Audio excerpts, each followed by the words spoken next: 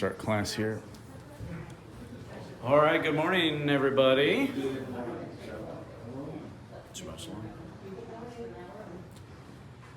We're at part 5 of the Path of the Just.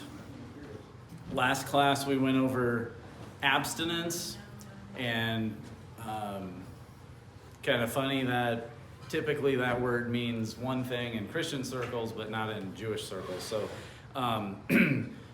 abstinence from permissible pleasures.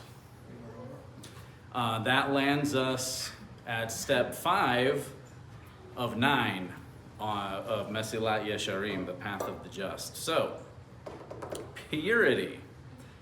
I'm going to get right into it. And so, page 105, let's see.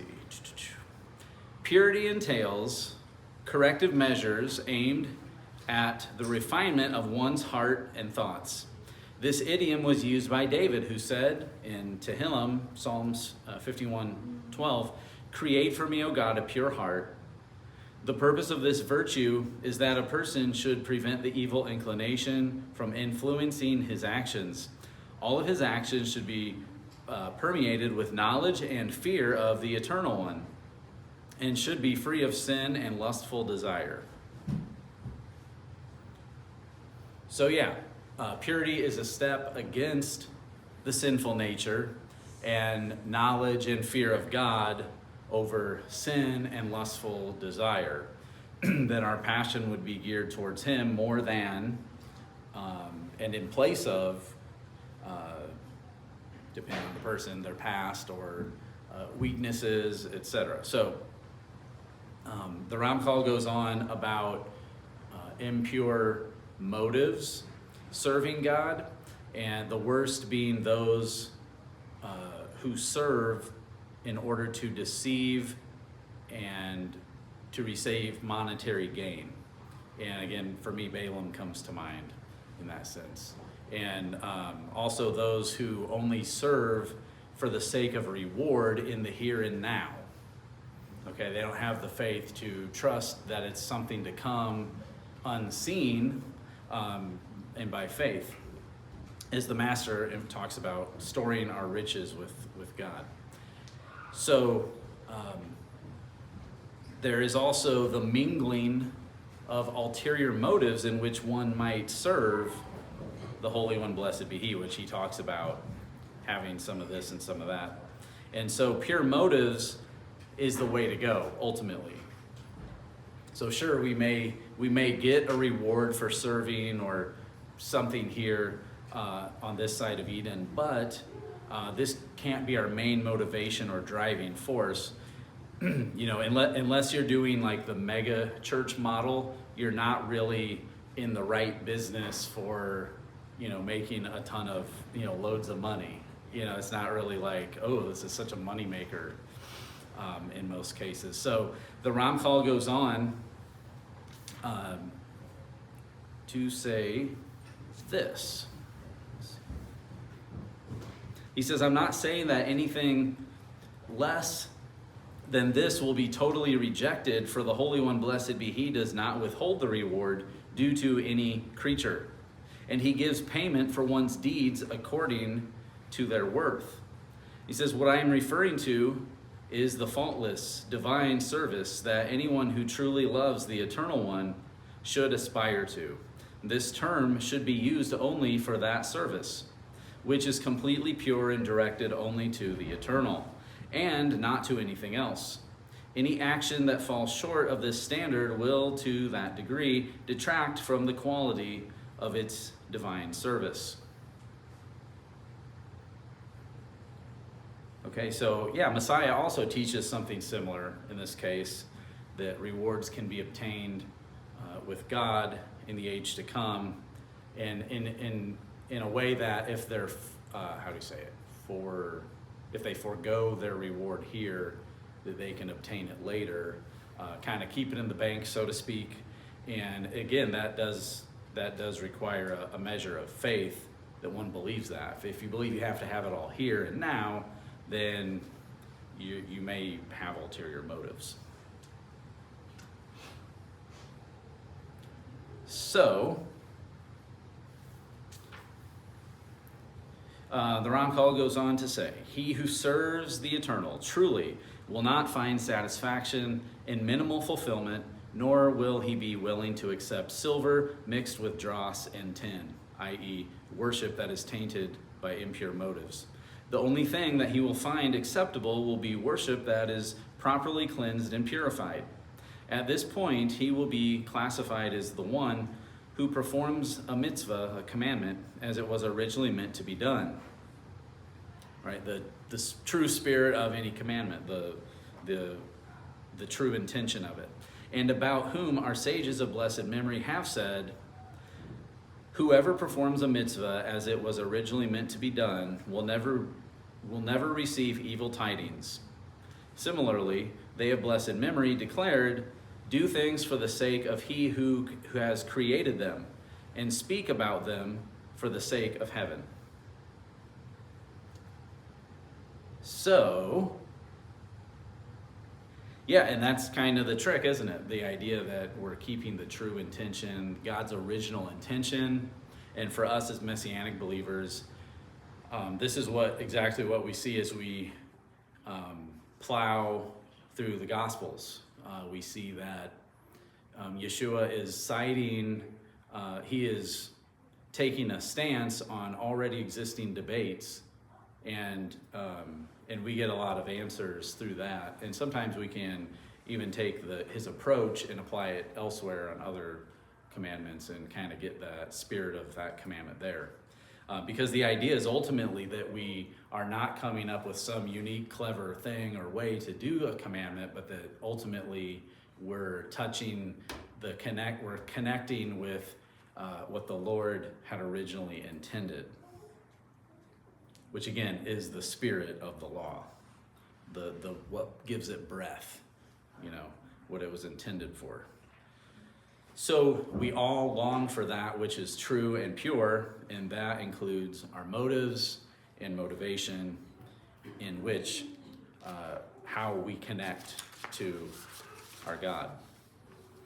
So whether it be prayer or worship, when we connect, we need to reach deep inside, pull out our real and true selves before the Holy One and pour out our song, and then let our prayer come out. And so it's not about mouthing the words. It's not about acting like we are in the moment or when we're somewhere else. We want to connect to the Father in spirit and in truth, spiritually and truthfully. Isn't that a weird idea to think that you could be saying a prayer or singing a song, but you're really lying? Like you really don't mean it. You're not actually saying it. So being in a state of truthful and purposeful, singing, praying, what's better than that? What is better than that kind of connection? It's this blissful connecting to the Father, truthfully and spiritually to the Holy One. So we long for those connections. Those connections cannot usually be produced or reproduced. They can't be fabricated. They happen based on, what is the topmost thing that you want? Like say we all in this room desired at the pinnacle of our want list was God. Well, that atmosphere would be different than if we're worrying or if we're elsewhere in our mind, or we don't want to be here, or whatever the case is. It's kind of like that soil there is what God wants to use. How empty we are, if we're full of ourselves or our cares, if that's our pinnacle concern, then it will create a different atmosphere for us. And so, again, we long for those connections with the Lord. And lastly, from this chapter, Rabbi Moshe Chaim Luzzatto, he says this. He says, similarly, our sages, a blessed memory, said, the merciful one desires the heart of man For the master, blessed be he, is not satisfied with deeds alone in the performance of mitzvot, of the commandments. Rather, what is most important to him is that the heart be pure so that it may direct itself to the true service of the eternal. The heart is the king that rules over the rest of the body, and it does not rouse itself to serve, and if it does not rouse itself to serve the Blessed One, the service of the other limbs is meaningless, for they will go where the spirit of the heart takes them. Scripture states explicitly in Proverbs 23:26, my son, give your heart to me.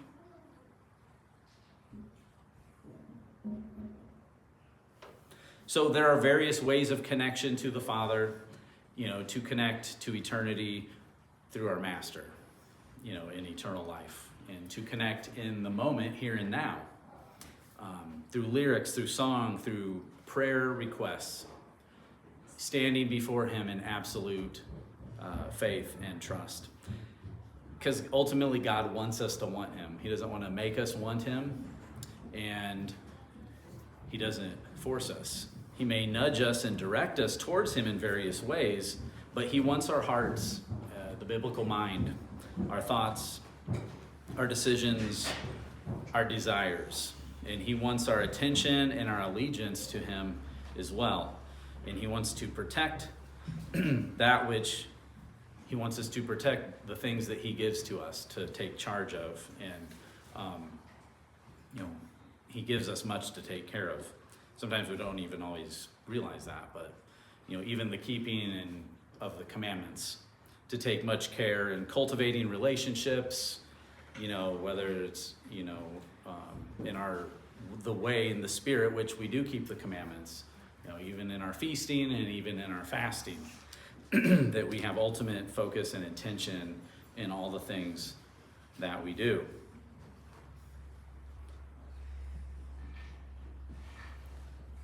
So it's kind of weird to say the final chapter here on purity, but there was only 2 chapters on the topic of purity. And so I'm going to read some of that. The topic is acquiring purity. He says, acquiring this virtue is easy for one who has, through effort, already acquired the virtues taught until now. Easy enough. Alacrity, vigilance, cleanliness, abstinence, and now we're at purity. He says, when one contemplates and examines the base nature of the pleasures of the world and their benefits, as I have written previously, he will find them repulsive, and he will regard them only as the ills and defects of the corporal, obscure, and crude side of human nature. And when it becomes absolutely clear to him that they really are defects and ills, it will no doubt be easier for him to dissociate himself from them and to remove them from his heart. Therefore, the more he is able to develop a deep and enduring awareness of the base nature of corporeality and its pleasures, the easier it will be for him to purify his thoughts and his heart and totally prevent them from drawing him onward or drawing him toward the evil inclination.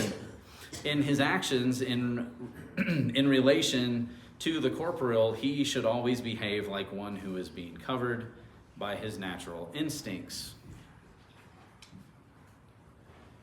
Okay, and however, he says, in the same manner that we divided purity of thought into 2 separate categories, the one in reference to physical deeds and the other in reference to deeds devoted to the service of the eternal, likewise the intellectual effort needed to acquire it falls into 2 categories, and mainly what we do and what we think.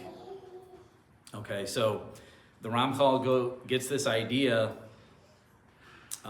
that the things of worldliness of the world can corrupt us, can derail our lives in service to God and his focus towards us. So we can be influenced in the wrong way, right? We can let things steer us, like when we're supposed to look like this, to say, oh, look at this thing, look over here. Okay, and that can also even happen, and I've seen it before, that, even in the faith itself, we can have these odd, obscure ideas that say, hey, forget this main, important stuff. Look at this glittery little thing. And then they'll focus on this, and that's their whole rest of their life. So, ultimately, we want our instincts and our desires to be inclined toward the ways and the teachings of God. As a flower bends itself towards the sun, it does so because it needs that light. And so too, we need the light of the Father to illumine, our instincts, our choices, our decisions, and to use poetic terms, we want to have synonymous parallelism with the Father's direction, his teachings, not antithetical. So, let's keep moving on here. Anyone have any thoughts, comments, questions before we go on here? Daniel? Yeah, you had mentioned earlier, how, for the motivation part, how we can be singing the songs, but not really meaning the words. Mm-hmm. It reminded me of something I read years ago that one time A.W. Tozer was talking with Leonard Ravenhill, and Tozer said, Christians don't tell lies, they just sing them. Ouch. And then it also reminded me of years ago, somebody had a list of hymns, the way we'd sing them if we were honest. And they changed the title. It was really funny. Oh man, that would be funny. I surrender some. I surrender some instead of all. Take my life and let me be. Let me be. It was really funny. They had a whole list of well-known hymns that, with the title slightly tweaked to. Right. Instead of I stand in awe, we slump in awe or something. Yeah. That's funny. Oh boy. Okay, acquiring purity, the Ramchal says this. He says, among those deeds that direct one toward the acquisition of this virtue of purity is the manner in which one prepares himself regarding the divine service and the mitzvot, the commandments. This means that one should not approach the fulfillment of a mitzvah impulsively. When his presence of mind is deficient, and he cannot therefore think clearly about what he is doing, rather he should arouse himself and patiently prepare his heart until he enters the stage of contemplation. I'm assuming that's heat bona nut. Heat bona dut. And he says, then he should contemplate what he is planning to do and before whom he is planning to do it. For once he begins this process of analyses, it will be easy to discard any extraneous motives and to internalize the truly desirable motivation. So he's implying that we need to have kavanah, focus, intention, not just in our prayers, but in our actions. Maybe in our speech as well. And before performing a mitzvah, which is a sacred thing, a commandment of the Lord, that rather than just doing it, which is, again, better than not doing it if you're supposed to do it, to actually have a connection with our mind to it with intention. And so sometimes that takes a quick pause and a quick thought. Making sure the things we say, the things we think, the things we do are fueled by purpose and intention. Okay, try this on for piety's sake. And know that the Ramchal comes from a background where piety is kind of the thing.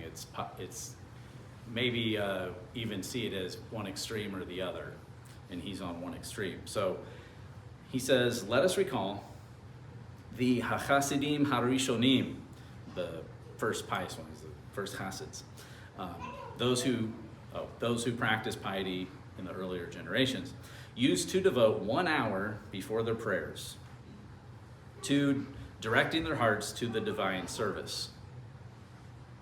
Do you guys do that? Spend an hour before you pray just focusing and thinking what you're going to say. And says they surely did not spend that 1 hour idly. Rather, they aroused and prepared their hearts for the forthcoming prayer, divesting themselves of any foreign thoughts and filling their spirits with the requisite fear and love of the eternal, as it says in Job 11:13, if you have prepared your heart, you may then spread your hands toward him.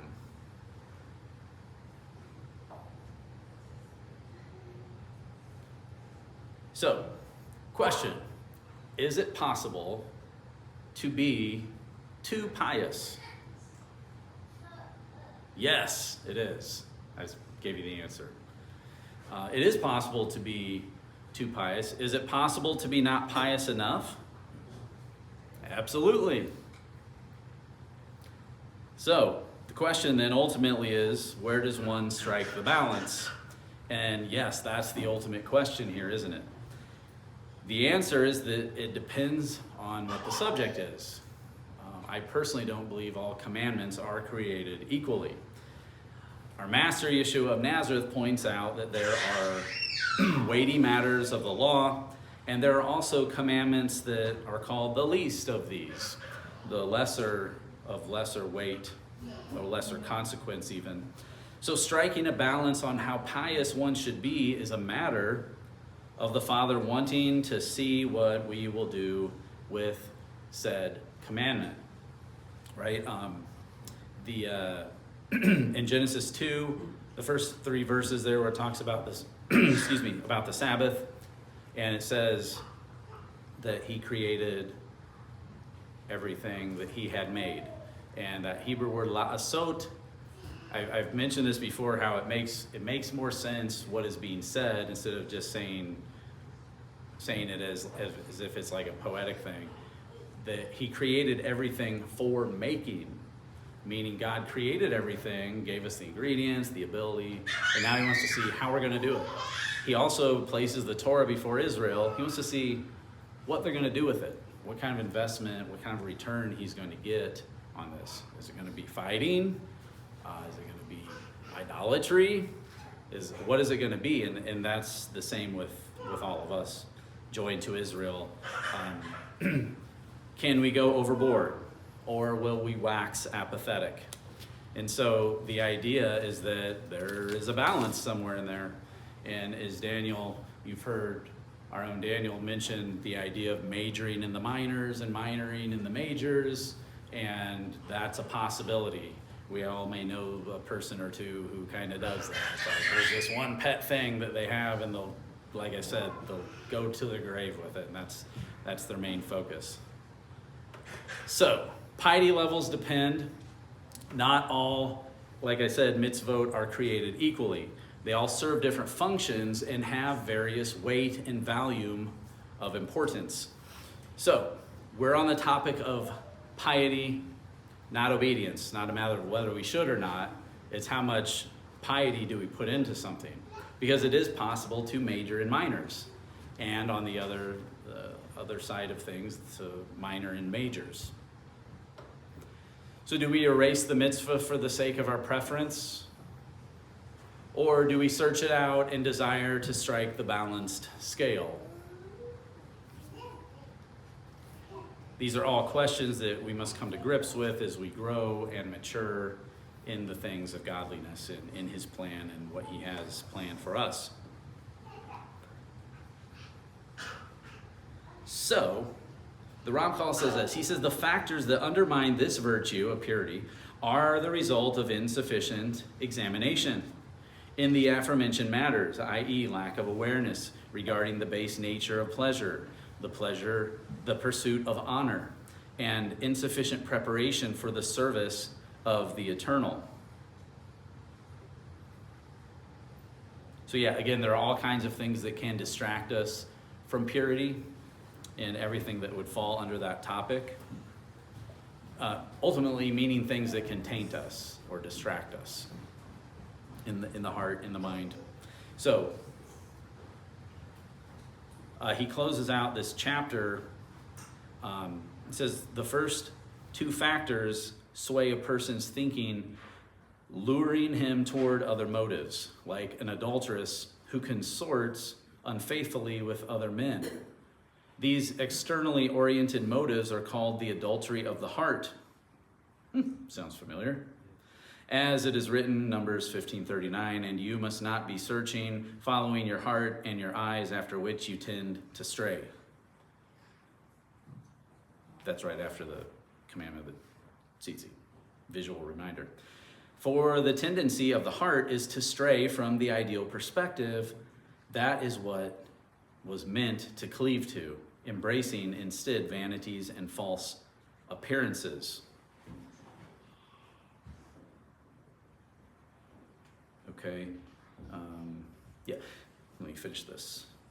He says, and the latter factor, preparing oneself insufficiently, prevents the removal from one's heart of that innate thoughtlessness, that desire, that derives from the material world. This thoughtlessness befouls the divine service with its stench. That's how it ends. With a strong word like stench. Well, he mentions the next virtue that we'll get into. So in short, that's purity. Any thoughts before we go on to some other things here that I want to go over? I had some thoughts about the whole, how people handle their piety. Mm-hmm. And we were talking about something kind of related last night. We see people in conservative circles who take on their ultra pious fence around the commandment or whatever, like, with what they watch, what they listen to, what stores they boycott, their modesty standards, their how much physical contact a couple has before marriage, all these different things. And it is fine for someone to have their ultra high standards. That can be a good thing. But the problem arises when someone starts treating other people as sinners because they do not have the same man-made standards and interpretations. Yeah. Acting like someone's some sort of blatant sinner because they listen to secular music. Acting like their fence is a sin. Right. Yeah, because it can always be different for other people. Yeah. Sometimes the standard should be the same for everybody, and that can breed, community and Pride connection. and But at the same time, there's some things that shouldn't, and sometimes that big, tall fence that we build can fall and crush us, yeah. and then we're out of the game, like that sort of thing. So we don't want that to happen. Yeah. Purity. Yeah, ultimately having pure, untainted motives, how we follow the Lord, and that, like I said, He's our pinnacle, He's our mountaintop experience. Everything else can fall short under that. And knowing also our hobbies or our desires, the things we like, the things we love to do, stuff like that, can be a distraction for us. They can rob us of more piety than we want or should have.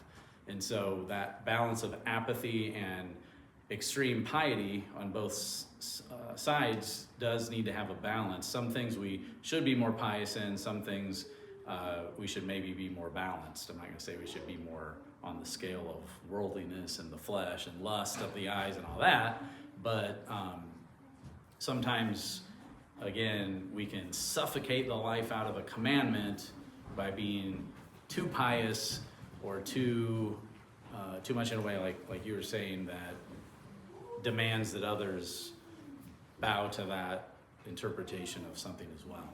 Daniel? Yeah, I heard this story. There's this Orthodox Jewish guy who became a believer. He's about my age, or a little older than me, actually. He was raised Orthodox, became a believer in Jesus and Yeshua, and he was speaking in a Baptist church.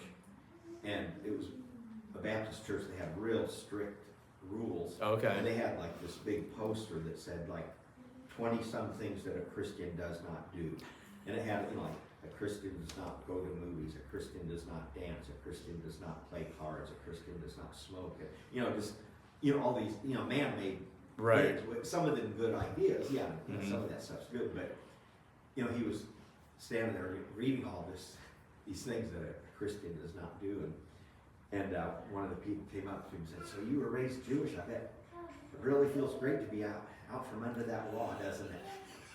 All that bondage of this massive list of don'ts. Wow. It's the irony of it. Yeah. Yeah. Any other thoughts? I have a few things I want to go over in the Gospels here. But anyone else? Good? Okay. So as we've been doing, I've been just picking out a few verses from the Gospels, from the apostolic writings that have to do with the topic we're talking about. And like I said, I really try to find some of the things that the Apostle Paul mentions, because what he always, a lot of times mentions is corrective stuff that would be in line with Musar teaching, of ethical teachings and such. However, in the Gospels, Matthew 5:8 in the Sermon on the Mount, the Master says, "Blessed are the pure in heart, for they shall see God." So talking about purity and pure in heart, what does this mean? I mean, it's just a simple saying. Is it more profound than what it sounds like, or what's going on here? Blessed are the pure in heart, for they shall see God. I've always thought of it, an example of that. Nathaniel, when he said, "Behold an Israelite in whom is no guile." Mm-hmm. It's like, what you see is what you get. Right. He's not perfect, but he's honest. He's sincere. He's not putting on a front of any kind. He's not trying to trick people into thinking that he's something that he's really not. Right. He's honest and sincere. He's probably the same around his family as he are his friends and strangers. Yeah. No front to put up. Yeah. And also that, the pure in heart, I forget which chapter of the Psalms, but in one of the Psalms, there's a verse that says, the psalmist says, speaking to God, he says, "To the pure thou wilt show thyself pure, but to the froward," which means perverse, you will show yourself perverse. Mm-hmm. And, years ago I thought about that. I thought, okay, to the pure you will show yourself pure. In other words, if you're pure in heart, you'll see God as being pure. But if your heart is perverse, you're going to see flaws in God. You're going to think there's something wrong with God. Gotcha. So, It dictates our perception of how we see yeah, him. yeah. Okay. That He'll reveal himself. If your heart is pure, he will be revealed to you as a pure God. Mm-hmm. But if you've got perversion in your heart, then God will seem less than pure. It will seem like God has some kind of flaw. By what you just said there, it reminded me of Moses, when he wanted to see God. And there had to have been in our current state, a corruption of, God's like, well, you can kind of see me, you can hide yourself in the crack of the rock here, and I'm gonna walk by you and you can see me as I pass by. But in a way, you could kind of say, like, he just wanted to see God. He obviously had faith in him and was taking orders under, he's, being his underling and everything. So yeah, something there with Moses even not being totally pure in heart in that sense. Was that Exodus 33? I think so. I'd say Isaiah too, Andy. Yeah. If you look at him, Yeah. his vision in the throne Yeah. room, where Mhm. God Yeah, totally, was Isaiah. able to put the coal to his lips and purifies him. But the lips, be connected to the heart. Out of the Sure. the abundance of the heart, or the overflow of the heart, the mouth speaks. Mhm. And so, as it goes back to purity, the coal to his lips, and then being able to really see the vision. Yeah. Someone else said, "Show us the Father and it will be enough. Yeah. It'll be enough for us." you know, like, then that will really impact us. You know, when Moses here it says, I beseech thee, show me thy glory. So it was specifically the glory of God. Because God spoke to Moses face to face. So His kavod, in his some weight. sense, he saw God. Yeah, yeah. In some sense, face to face, like a man speaking to his friend. But obviously God's glory was veiled. Yeah, Because here- there are definitely different measures of the weight of Yes. God's glory. Because, you know, it's like, I forget where it is, but Moses, Aaron, and the elders of Israel says, you know, he called them up, he says, The mountain. they saw God. Mhm. I mean, it says right there, it said, they saw God. In some sense, they saw God, but it obviously had to be in a veiled. Yeah. His glory was veiled. Where Moses' desire says, I beseech thee, show me thy glory. So whatever Moses saw was not the God in his full glory. It was just A certain measure of him. yeah, you Yeah. know, probably the angel would be my guess. Yeah, it's like it has to be in a measure or dose of God that isn't dangerous to us. Yeah. And when it says, yeah, he spoke face to face, we have to assume it was in a proper dosage that wasn't gonna kill Yeah. Moses. Yeah, because God says to Moses, he says, you know, I've caused all my goodness pass before you and so forth. And then he says, thou canst not see my face, for there shall no man see me and live. Mhm. And so, meaning, no man can see me in my full glory and live, because, like I said earlier, Moses and Aaron and the others, in some way, it says they saw God. They saw him. Yeah, yeah. Yeah. Blessed are the pure in heart, for they shall see God. The other verse I grabbed was James 1:27, where he just says, pure religion and undefiled before God the Father is this, to visit the fatherless and widows in their affliction, and to keep himself unspotted from this world. So just the idea of being undefiled and unspotted made me think of purity. And so, you know, it's like this is for the mature. This is for those who aren't just trying to better themselves, investing time into those who probably can't invest into you back, and those who are vulnerable. You know, you know what we have here with a widow and an orphan is that at least one doesn't have parents, one doesn't have a husband, and so supporting them, supporting orphans and widows, and also for yourself to keep from being unspotted from the world, most likely meaning that we should be unaffected by worldliness and the pleasures that it gives to us. You affect it, not it affect and direct you. Any other comments or thoughts? That's all I'm sharing with you today. I know we have kind of a shorter class, so. Good to go? Yeah. All right, go and be pure. Thank you, guys.